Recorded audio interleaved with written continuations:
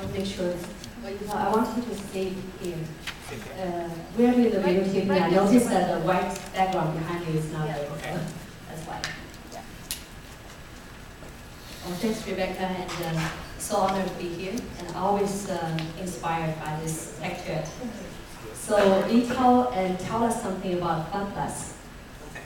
Yeah, it's very nice to be here and meet everyone.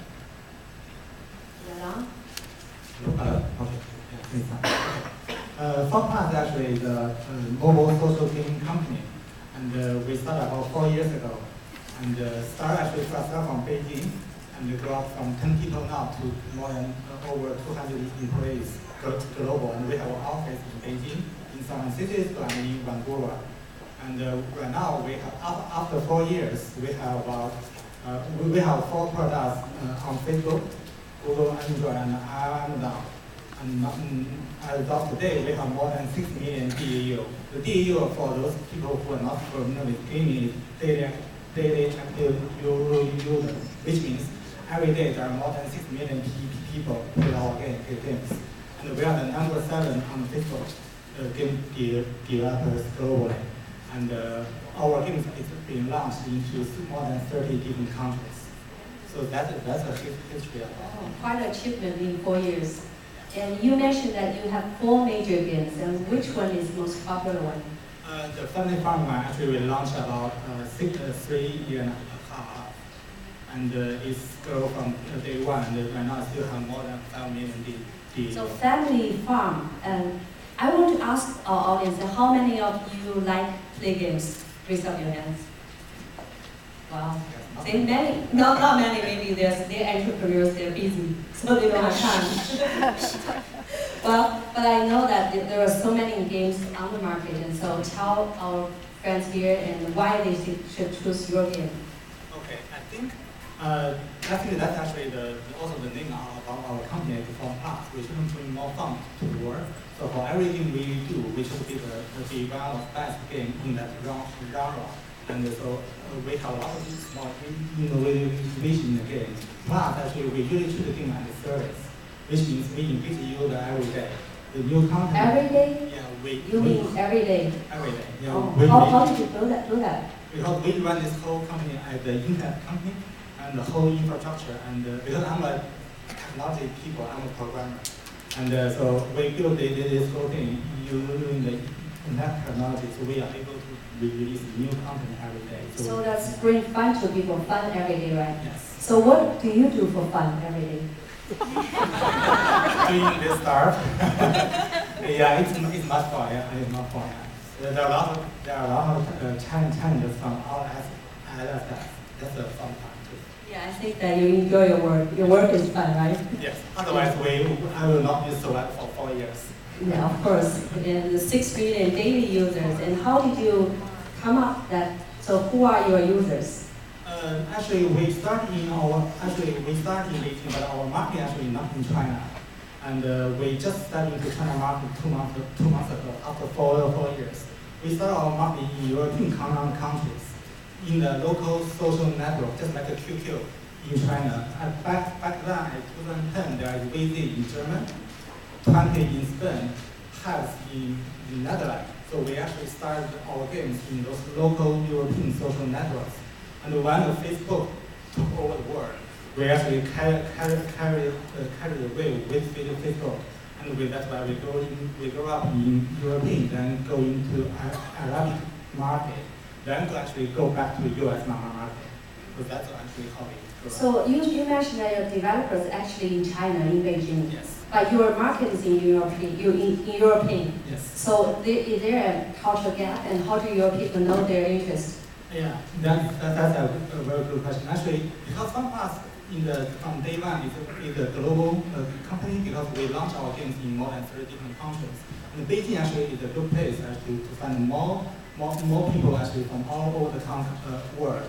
For example, if you step into our Beijing office, there are about 200 people. There are about 60 people coming from different countries. Because for each country we release the game, we need 1 or 2 native speakers from the country, so we can know the culture. We can do the best customer support. So where did Family Farm, the idea come from?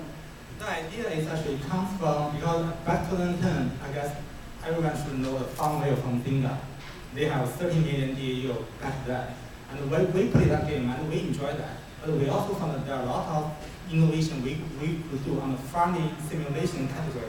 So we actually started there. And we actually think we can do better, and it's actually the market actually. Why you think you can do better? Because the thing is, because the way we do the game was we played all the major games on the market. So at that time, and nowadays there are thousands games, and we still to play it, and we try to figure out what's the good thing of that game, and what's the improvement of that game, and so we can do the manual innovation, a lot of small gameplay that can engage the user. Yeah, I noticed that you mentioned about innovation 4 times. So in your industry, what's innovation by your definition? I think it's from twofold. One is actually from game design. Because in the initial, the social game is just by timer. So you have to plant this tree, then come back in 20 minutes. And the one way we did it is actually in the family farm game, we actually provide a lot of freedom to the user. So user can be more creative. A user can create their own game, right? Farm. So yeah, they are not own game, but they can actually we can share some farm that actually the user build. It's really a great art, and a lot of users actually based on their farm build a cake for the birthday cake. This kind of thing. So they actually can do there are a lot of I think it's a little ecosystem in the farm. There are a lot of things you can do. It's not dictated by us. What's the feedback you got from the user? Do you remember some? Yeah, actually, we often got like I think one story I remember clearly. Actually, is one when actually senior people because of cancer he stays in the hospital. He sent email to us and said he played the family farm every day in his last journey, and he really sends to us. I think that's very rewarding because we try to bring more fun to the world. Well, 3 years ago, I used to play Angry Bird every day. Well, just for a short time because we had 6 days of offense, so I played every day, and then my finger starting to hurt. So I'm asking you, do you have any innovation to save people's finger, and how can we play that easier? Yes, we do. I think, yeah, especially with the smartphones from Google and from Apple, I think right now there are a lot of things we could do. For example, when farming, the screen is small, but so in the first version of our mobile game, you have to click on each plot on the farm to be able to plant something or to be able to collect something. In the second version, we actually to use the finger to actually to swap through the screen, so you can crop a bunch of plots together actually to save the labor work, so user can be more creative. So, do you play games yourself, and which game do you play most? I do play games, but I play games just for the work purpose because I'm a technology guy. So I usually play games, for example, the Candy Crush Saga, and also Clash of Clans, and also Game War, which is our biggest competitor. So I play because I try to find out what kind of things they do good, and what we can do better. You play games because you want to find out your competitor, what they do good, yes. What you can learn from them. Yeah. Yes, but your game is to bring more fun to people's life, right? So how do you bring more fun? By innovation, and also by giving users more freedom, and also by engaging 24 hours, 7 days. So what's your milestone? The milestone, I think we started 2010 May, and we raised our first funding at December 2011 from GSR and the Single Venture. The Series A funding is total $13 million.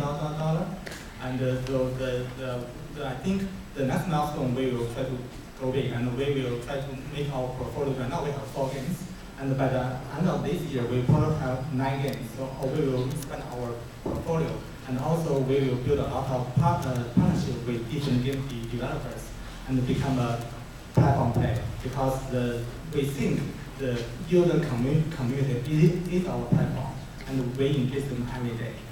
every novel. Yeah, you mentioned that user community is your big platform. When you got so many users, you can do lots of things. And so what's your long-term plan and who are your partners? What are you going to do with them? Okay.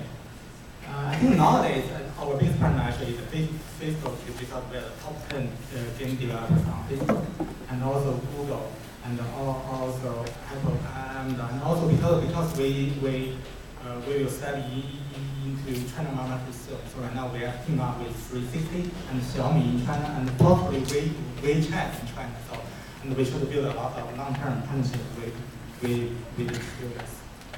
Yeah, well, time is up, right? Yeah. Okay, so we want to open to the audience. If you have any questions, and raise up your hand, we're going to hand the microphone to you. Yes, Professor Kong. Stanley Kwon. Maybe I can just speak loudly. You work with so many countries. What is the most challenging aspects of trying to understand from a Chinese standpoint of how to work effectively in another country, such as the United States? The question is, because of we start from China, and you want to find out what's the most challenging by working with so many different people from different countries. Is that okay? I think that's a continual challenge we are facing, because we're a game developer actually launched the game to all the world, and we have to build an office. So that's actually why we set our office in Beijing, San Francisco, and Vancouver, because that's three places we can find the people from all over the world. And we are still in the process actually to fine-tune our process to be remotely working together, because even the team in San Francisco, they are not working by its own. So even though right now we have 8 studio games inside the team, but they all distributed in the 3 offices. So we try to use a lot of tools and process to help us to actually gain speed, and because that's the only way we can work together to build the product for the global audience. It's really a very unique startup in that it originated partly from China and has gone global first and then going into China. Yes. So it's a very unusual story. Let's give Yitao and Diana a round of applause.